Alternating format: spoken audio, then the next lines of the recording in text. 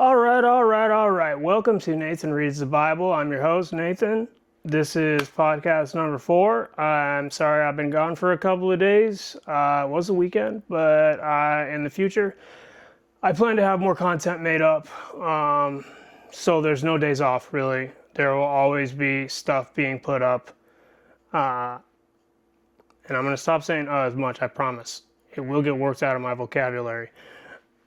The reason I'm saying all this is because I just want to let my audience know that this is going to be more coming from me in the future here, because I want to get this Bible read and I want to dig into it more and I want to learn more, and I feel like I've been missing out these last couple of days. I kind of been missing the show.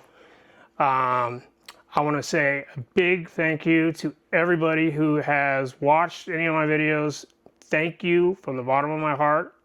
I am not doing this to make $1 million. I'm not doing this for anything really special. I'm doing this because I want to read the Bible, and I think other people probably want to hear it. I'm also not doing this because I believe I am any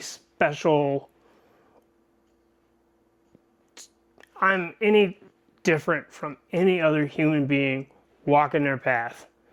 I am not an ordained minister. I am not an evangelist. I am not an influencer. I am no title. My title is Nathan. I am here to just read this Bible and give a little bit of thoughts to what's going on in here. Which brings me back to what I was asking, what I had some questions about in Genesis 6, verse 4. And that we're back here, and the verse reads, "The Nephilim were on the earth in those days, and also afterward, when the sons of God went to the daughters of men and had children by them." Okay, I think that might answer what that just said, as a matter of fact. They were the heroes of old, men of renown. So, okay, my question was, who are these heroes of old, men of renown? Who were the sons of God that went to the daughters of men and apparently created the Nephilim? It's what it seems as though it is saying now, when the sons of God went to the daughters of men and had children by them.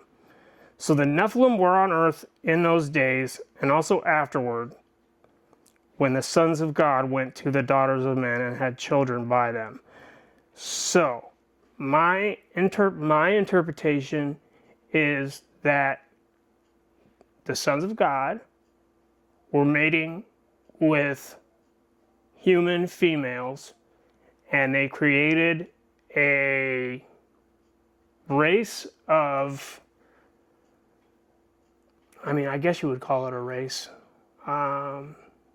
You would call it a life form, a different, like a third life form on Earth, basically. There's the humans, and we've got angels, going by the Bible. We got demons. You got God up there. You got Satan down there. Got a whole cast of characters. And so I am going to look up right now exactly who the sons of God were. I have asked this question and I don't really get too many straight answers on it because I don't think anybody is real clear. And I don't know why I'm so caught up on this verse. I just think it's interesting that I've gone over it so many times in my life while reading the creation story and the flood story and never paid attention to that. But yes, that is what I think they're saying. Here we go. Let me get into this.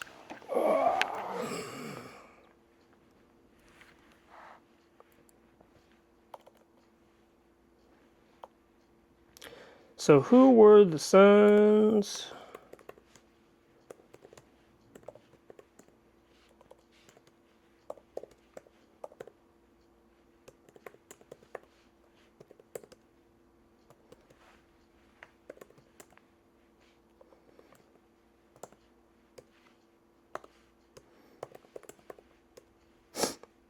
I know this is dead air. Sorry for the dead air. It's bad.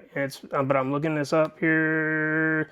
The sons of God are either explained as being mighty men, i.e., judges or divine kings, or they are viewed as Sethites, i.e., descendants of Adam and Eve's son Seth, who is mentioned in Genesis 4, verses 25 and 6. So, those are the sons of God who decided to impregnate human women. Still interesting. Even Arizona University has the elusive sons of God. It's called Bible Interp. University of Arizona. That's interesting. I don't know if I would. I'm not going to read it for you now, but I might check it out and come back to it. But that's what I have found so far on who the sons of God were that were laying with the daughters of men and creating the Nephilim, the Nephilim, however you want to pronounce it. We're just kind of there. The book of Enoch, which I have only read a little bit of, which is not included in the Bible, does go more into detail about them, and I do plan on reading the book of Enoch after I am done with the Bible. So, all that being said, and that was the research done. I'm going to get back into this pamphlet real quick. It's only got a little over a page. Oh, wow. I've got to get this camera moved. This video started off, whoopsies.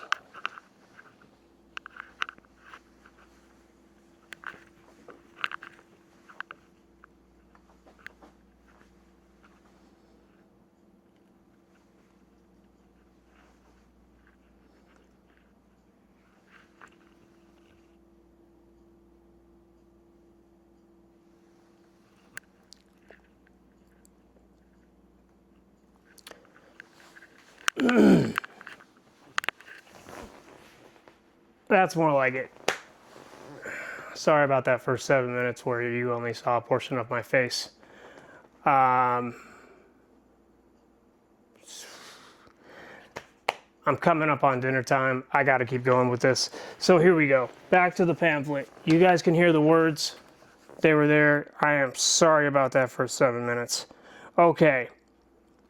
So we are at the many allies, enemies, and obstacles in God's quest. God's initial charge to the first humans, and then again to Noah and his family, finds a mirror in his promise to Abraham. A land to rule and lots of children to fill it.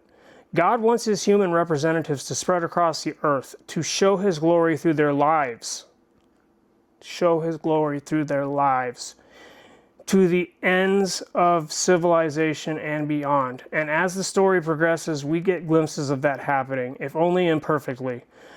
The family of Israel enters Egypt at the end of Genesis, and there they multiply, filling, as it were, not the whole earth, but certainly a large portion of Egypt. So great did their numbers become that it threatened the king of Egypt, who resorted to making them slaves in order to check their numbers.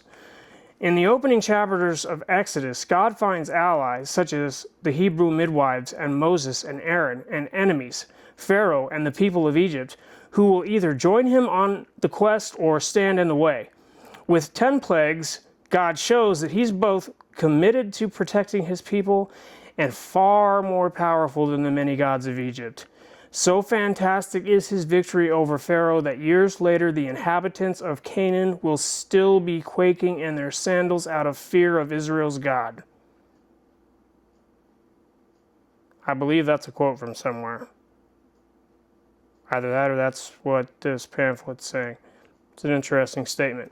But long before the story arrives at Canaan, God takes his people into the desert to bring them as a whole into a different kind of relationship with him. Thus far, he's made a promise to one person at a time. First to Abraham, then Isaac, then Jacob. But now the one man has become an entire nation's worth of people, and God chooses to relate to them all. He has saved them, brought them out of slavery, and now they are his special people. The promise he makes at the moment of Sinai takes the relationship he formed with Abraham and spreads it across all of Abraham's descendants. Now, each of them has a relationship with him. Through the laws, sacrifices, and worship systems that God lays out for the people, God reveals who he is and who humanity was meant to be. At least what they could be, until the rebellion started by the deceiver and now existing in the human heart is finally defeated.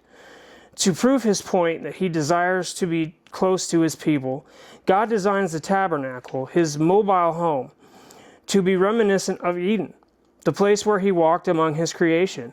From the materials to the decorations to its orientation on the compass, the tabernacle shouted to the people, God is rebuilding what was lost in Adam's failure. However, like the reset of Noah's flood, this new democratized relationship with God has a fatal flaw: the human heart. Despite years of working the relationship and developing practical applications of God's laws, the books of Leviticus, Numbers, and Deuteronomy, the people end up spending 40 years in a sort of pre-exile from the land they still haven't settled because their sheer lack of trust in God's provision. The food and drink, the leading through the desert, the giving of God's laws, and his many demonstrations of power had not convinced them that he was bigger than the giants of the land. And once the new generation enters the land, the books of Joshua and Judges paint a gut-wrenching picture of rebellion against God. The human heart ultimately ends up serving only itself. No matter the environment, no matter the laws, no matter how explicitly God speaks to his people, humanity will always go its own way. The author leaves us feeling disheartened. No matter what God does to set his people up for success in establishing his rule and giving them the place of their father, Adam, they will always fall. We begin to wonder how Adam's heir, even if he can be all the things his ancestor wasn't, will address the problem of the human heart. Even if he can be what Adam wasn't, what about the rest of us? Despite the constant failure of God's people, he sets up one more opportunity for success. If he's looking for someone to claim Adam's place, where better to look than among the kings themselves?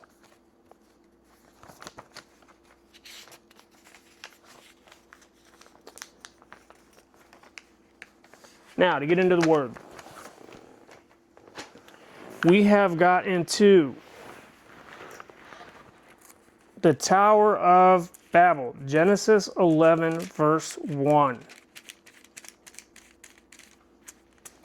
Okay, this is an interesting story. It looks like what we're going to be doing today is we're going to read Genesis 11 through 15.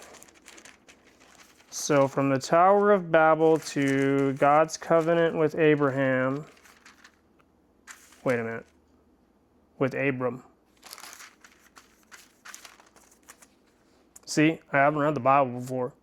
That's one of the reasons I gotta learn how to pronounce these names.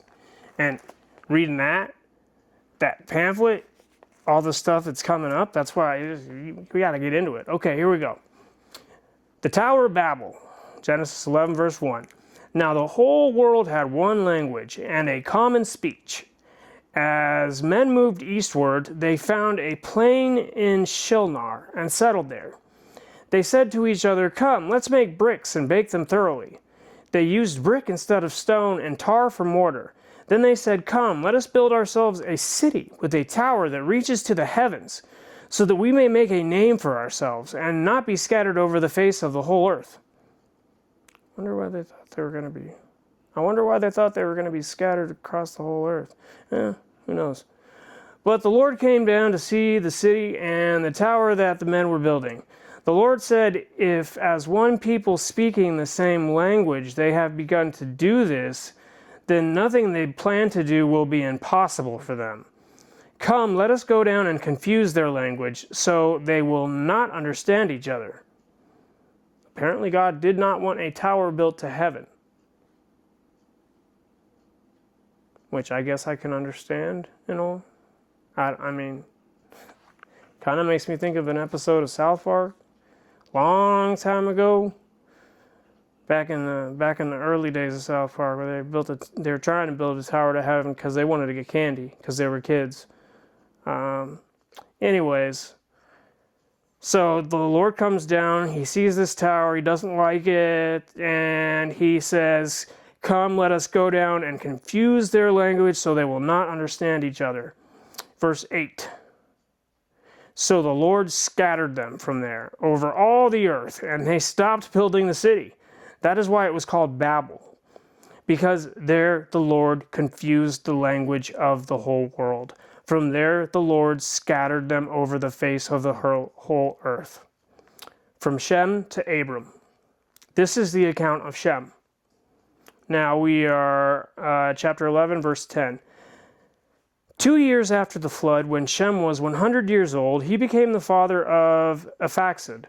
And after he became the father of Arphaxad, Shem lived 500 years and had other sons and daughters.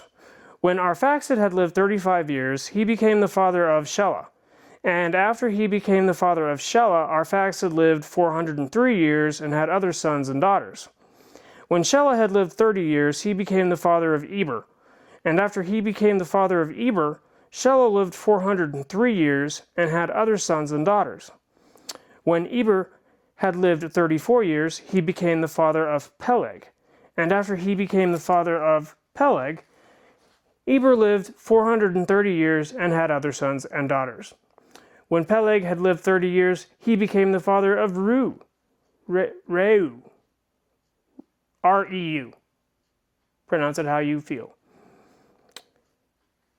And after he became the father of Reu, Peleg lived 209 years and had other sons and daughters. When Reu had lived 32 years, he became... I'm noticing a pattern here. I kind of picked up on it. So this is going to keep going on for a couple more verses here. When Reu had lived 32 years, he became the father of Serug. And after he became the father of Serug, Reu lived 207 years and had other sons and daughters. Their ages are getting shorter. When Serug had lived 30 years, he became the father of Nahor. And after he became the father of Nahor, Serug lived 200 years and had other sons and daughters. When Nahor had lived 29 years, he became the father of Terah. And after he became the father of Terah, Nahor lived 119 years and had other sons and daughters. After Terah had lived 70 years, he became the father of Abram, Nahor, and Haran. This is the account of Terah. So, at the beginning of verse 10, we had Shem becoming the father of Arphaxad at 100 years old. Then he lived another 500 years. Next down in the line, Arphaxad had a kid when he was 35, and then he lived another 403 years. You see how these numbers are going down? The next, Shelah, lived 30 years when he became a father, and after that, lived 403 years. So he and Arphaxad lived the same amount of time. Well, no. They were a couple years apart. When Eber lived 34 years, he became father of Peleg, and after he became 430 years. So it goes back up then, and then it goes back down by 221 years. So something's happening here. Obviously, it's not written, but I mean, it's written, it's there, but it's not explained. I don't know why these years are fluctuating the way they are, but it does seem very patterned. And generally when there are patterns, they aren't for no like there's not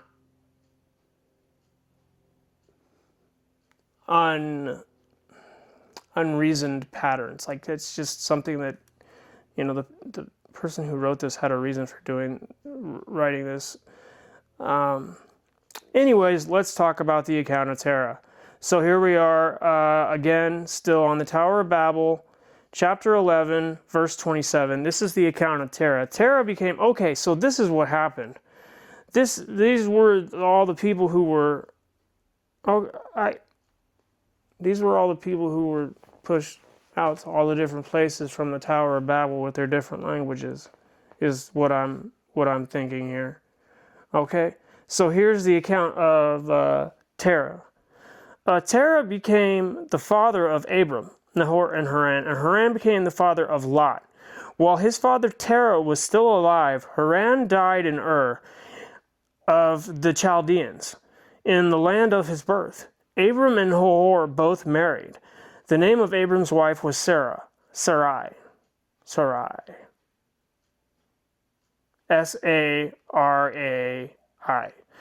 And the name of Nahor's wife was Milcah. She was the daughter of Haran, the father of both Micah and Iscah. Now Sarai, was barren. She had no children. Terah took his son Abram, his grandson Lot, son of Haran, and his daughter-in-law Sarai, the wife of his son Abram, and together they set out from Ur of the Chaldeans to go to Canaan. But when they came to Haran, they settled there. Terah lived 205 years, and he died in Haran. The call of Abram. The Lord had said to Abram, leave. Now we're in chapter 12, verse 1. The Lord had said to Abram, leave your country and your people and your father's household and go to the land I will show you.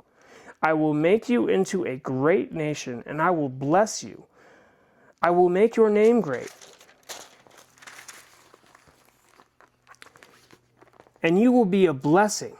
And I will bless those who bless you, and whoever curses you I will curse, and all peoples on earth will be blessed through you. So Abram left, as the Lord had told him, and Lot went with him. Abram was 75 years old when he set out from Haran. He took his wife Sarah, his nephew Lot, all the possessions they had accumulated, and the people they had acquired in Haran. I'm assuming that probably means slaves. Or not, maybe those were their family. And they set out for the land of Canaan, and they arrived there. Abram traveled through the land as far as the site of the great tree of Moreh and Shechem. At the same time, the Canaanites were in the land. The Lord appeared to Abram and said, to your offspring I will give this land. So he built an altar there to the Lord, who had appeared to him.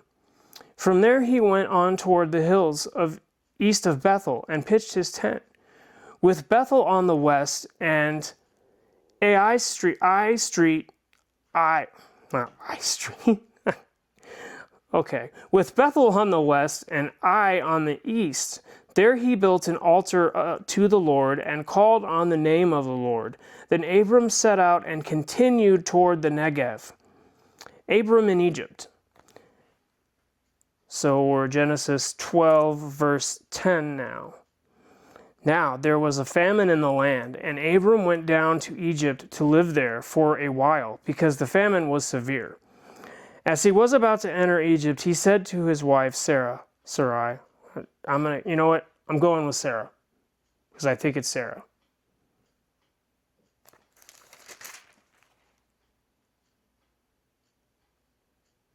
Just seeing if there's a pronunciation here at the bottom.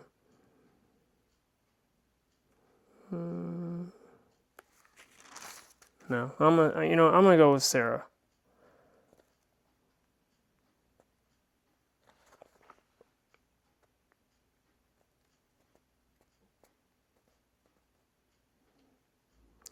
As he was about to enter Egypt, he said to his wife Sarah, I know what a beautiful woman you are. When the Egyptians see you, they will say, this is his wife. Then they will kill me, but will let you live. Say you are my sister, so that I will be treated well for your sake, and my life will be spared because of you. Wow, man, things were tough back in those days. Wife has to act like your sister because they'll just kill him. Kill him and take his wife. That's, wow. Man, like I said, things were rough back in them days. When Abram came to Egypt, the Egyptians saw that When Abram came to Egypt, the Egyptians saw that she was a very beautiful woman. And when Pharaoh's officials saw her, they praised her to Pharaoh, and she was taken into his palace. He treated Abram well for her sake, and Abram acquired sheep and cattle, male and female donkeys, men servants and maid servants, and camels. But the Lord inflicted serious diseases on Pharaoh and his household because of Abram's wife Sarah. So Pharaoh summoned Abram. What have you done to me? He said. Why didn't you tell me she was your wife? Why did you say she is my sister, so that I took her to be my wife? Now then, here is your wife. Take her and go. Then Pharaoh gave orders about Abram to his men, and they sent him on his way with his wife and everything he had. So that little ruse didn't get him very far in Egypt. Probably should have tried the truth. I don't know. I mean, when you're scared people are going to kill you and take your wife, crazy times. All right, so here we are, chapter 13. Abram and Lot separate. Oh, okay. Abram and Lot separate. So Abram went up from Egypt to the Negev with his wife and everything he had, and Lot went with him. Abram had become very wealthy in livestock and in silver and gold. From the Negev he went from place to place until he came to Bethel, to the place between Bethel and Ai, where his tent had been earlier, and where he had first built an altar. There Abram called on the name of the Lord. Now Lot, who was moving about with Abram, also had flocks and herds and tents, but the land could not support them while they stayed together, for their possessions were so great that they were not able to stay together. And quarreling arose between Abram's herdsmen and the herdsmen of Lot. The Canaanites and Perizzites were also living in the land at the time. So Abram said to Lot, let's not have any quarreling between you and me, or between your herdsmen and mine, for we are brothers. It is not the whole land before you. Let's part company. Is not the whole land before you? Let's part company. If you go to the left, I'll go to the right. If you go to the right, I'll go to the left. Lot looked up and saw that the whole plain of the Jordan was well watered, like the garden of the Lord, like the land of Egypt, toward Zoar. This was before the Lord destroyed Sodom and Gomorrah. So Lot chose for himself the whole plain of the Jordan, and set out toward the east. The two men parted company. Abram lived in the land of Canaan, while Lot lived among the cities of the plain, and pitched his tents near Sodom. Now, the men of Sodom were wicked, and were sinning greatly against the Lord.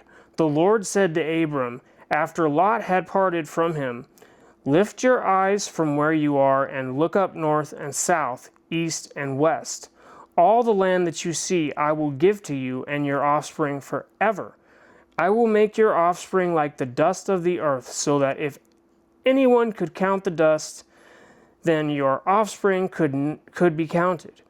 Go walk through the length and breadth of the land, for I am giving it to you.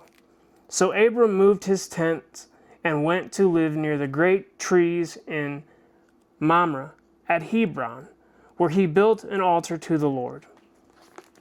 Abram rescues Lot. Chapter 14, verse 1. At this time, the Amraphel, king of Shinar, Arioch, king of Elasar, Kedorius Kedorlaomer, king of Elam, and Tidal, king of Goim, king of Goim, I believe, went to war against Bera, king of Sodom, Bersha, king of Gomorrah, Shinab, king of Admah, Shembe, king of Zeboim, and the kings of Bela, that is Zor.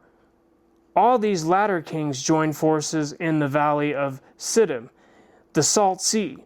For 12 years they had been subject to Kedorlaomer, but in the 13th year they rebelled.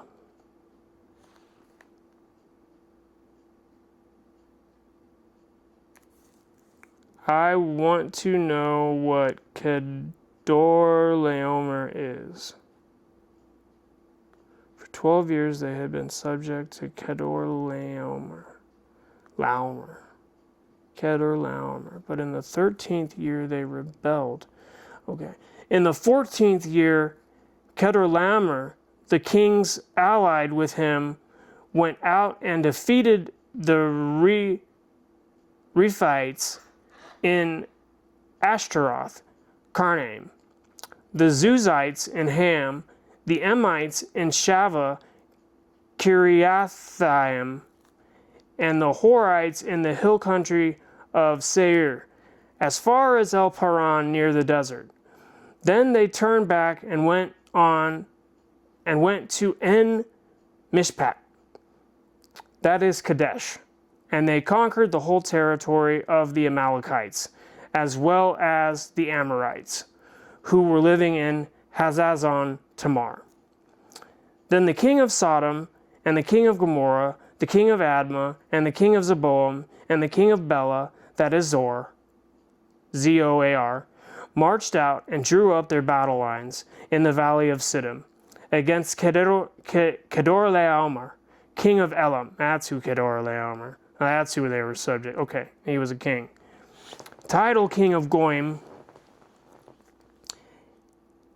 Amraphel, king of Shinar, and Antioch, king of Elazar, 4 kings against 5. Now the valley of Siddim was full of tar pits, and when the kings of Sodom and Gomorrah fled, some of the men fell into them, and the rest fled to the hills. The 4 kings seized the goods of Sodom and Gomorrah, and all their food, and they went away. They also carried off Abram's nephew Lot and his possessions, since he was living in Sodom. One who had escaped came and reported to Abram, the Hebrew. Now Abram was living near the great trees of Mamre, the Amorite, a brother of Eshcol and Aner, all of whom were allied with Abram. When Abram heard that his relative had been taken captive, he called out the 318 trained men born in his household and went in pursuit as far as Dan. During the night, Abram divided his men to attack them, and he routed them, pursuing them as far as Hobah, north of Damascus. He recovered all the goods and brought back his relative Lot and his possessions, together with the women and the other people. After Abram returned from defeating Kedorlaomer and the kings allied with him, the king of Sodom came out to meet him in the valley of Shaveh, that is, the king's valley. Then Melchizedek, king of Salem, brought out bread and wine. He was priest of God Most High, and he blessed Abram, saying, "Blessed be Abram by God Most High, creator of heaven and earth. And blessed be God Most High, who delivered your enemies into your hand." Then Abram gave him a tenth of everything. The king of Sodom said to Abram, "Give me the people and keep the goods for yourself." But Abram said to the king of Sodom, "I have raised my hand to the Lord, God Most High, creator of the heaven and earth, and have taken an oath that I will accept nothing belonging to you, not even a thread or the thong of a sandal, so that you will never be able to say, 'I made Abram rich.' I will accept nothing but what my men have eaten and the share that belongs to the men who went with me to Aner, Eshcol, and Mamre. Let them have their share. God's covenant with Abram. Chapter 15, verse 1. After this, the word, Genesis chapter 15, verse 1, still in Genesis. After this, the word of the Lord came to Abram in a vision. Do not be afraid, Abram. I am your shield, your very great reward. But Abram said, O sovereign Lord, what can you give me, since I remain childless, and the one who will inherit my estate is Eliezer of Damascus? Eliezer of Damascus. And Abram said, You have given me no children, so a servant in my household will be my heir. Then the word of the Lord came to him, This man will not be your heir. Those are my baptism papers.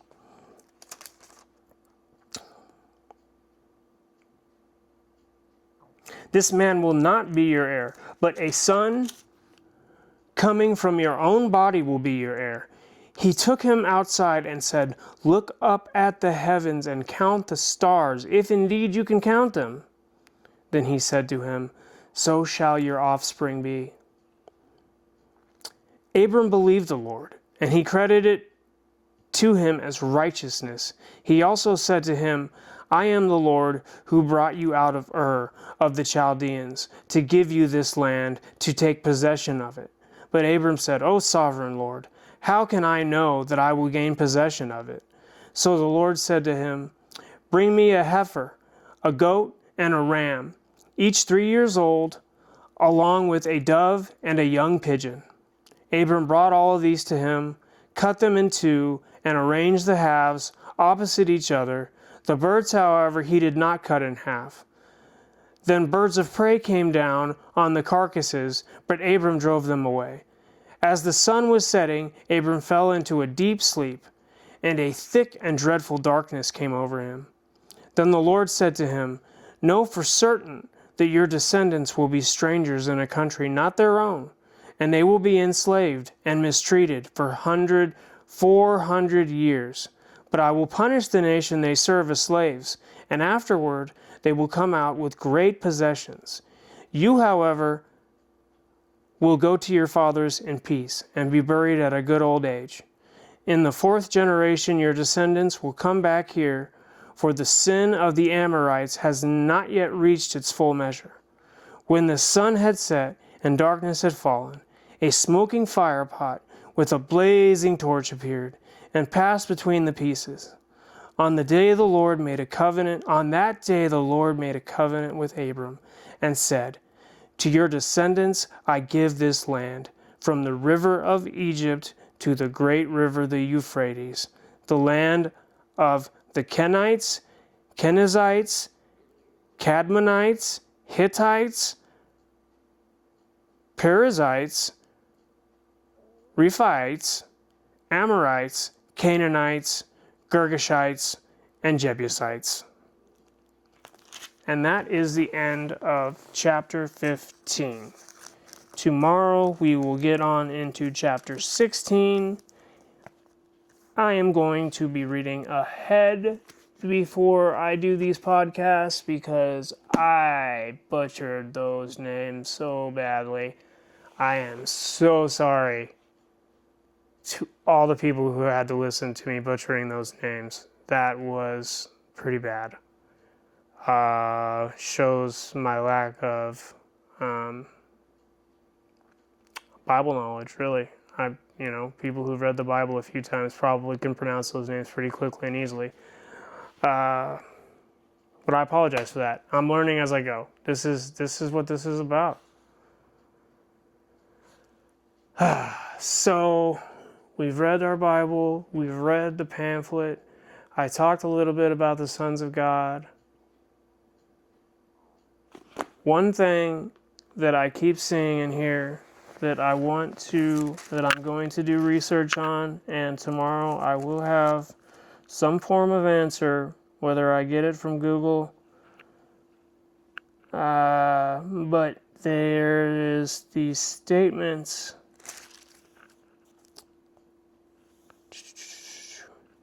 where they talk about the people would take with them, and I'm wondering if this last